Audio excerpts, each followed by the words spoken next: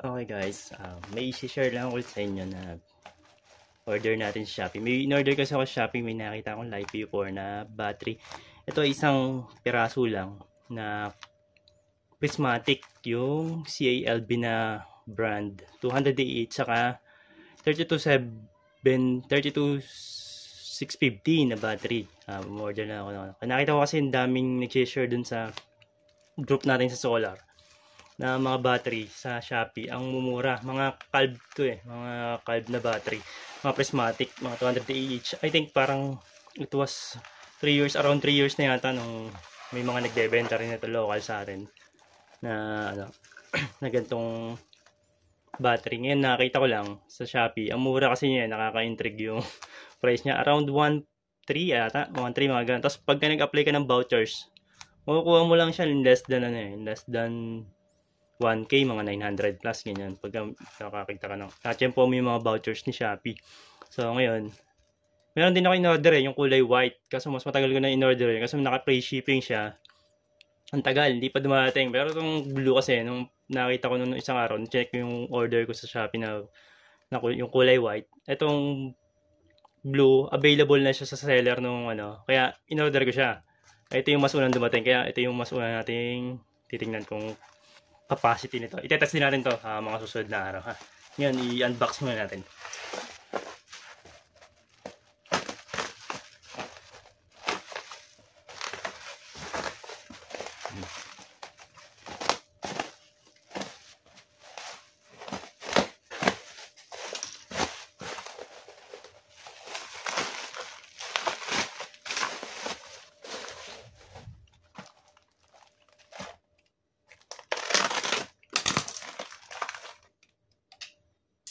Tanggal yung natin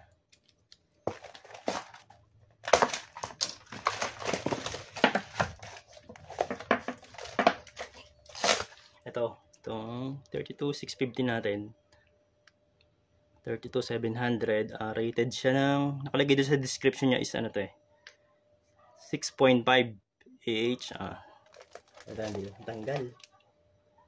Tanggal yung ano niya, sticker. Sige, check naman natin tayo, kakapasok din sa naman ito actual.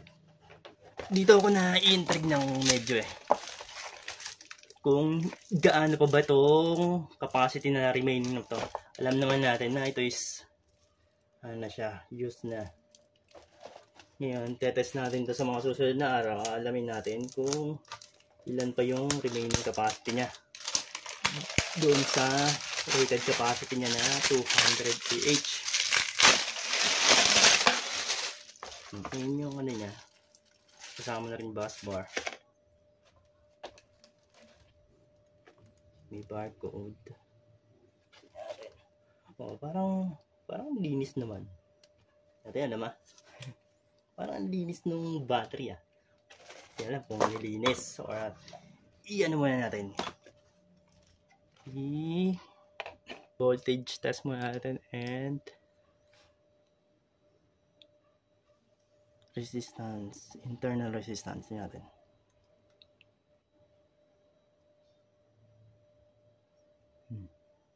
So far mababa naman, 0.19 milliohms saka 3.29 yung factory ano niya, factory from seller, kasi hindi na ito galing sa factory. Tingnan natin ito isa.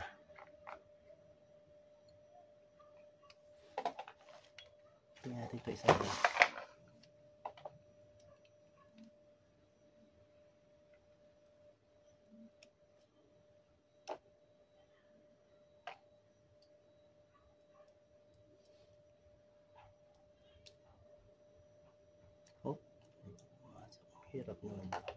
Wait lang.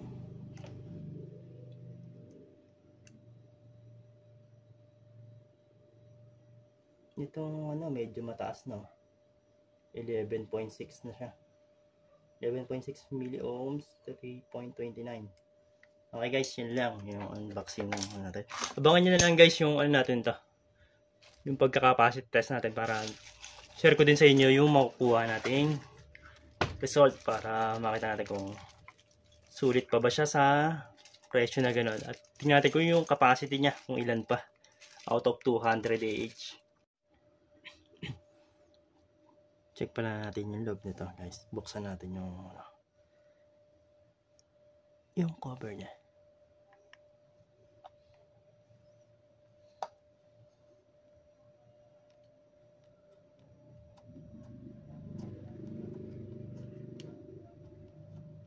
Tingnan natin kung mayroon tayong makikitang info sa loob niya. Kasi nakalagay dun sa sticker na 2020 pa to.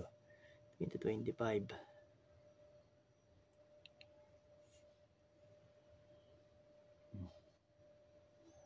Ito yung details niya sa ano.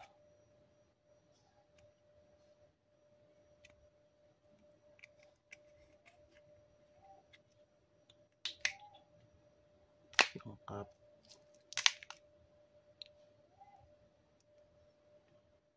Linis pa naman. Okay, balikan natin.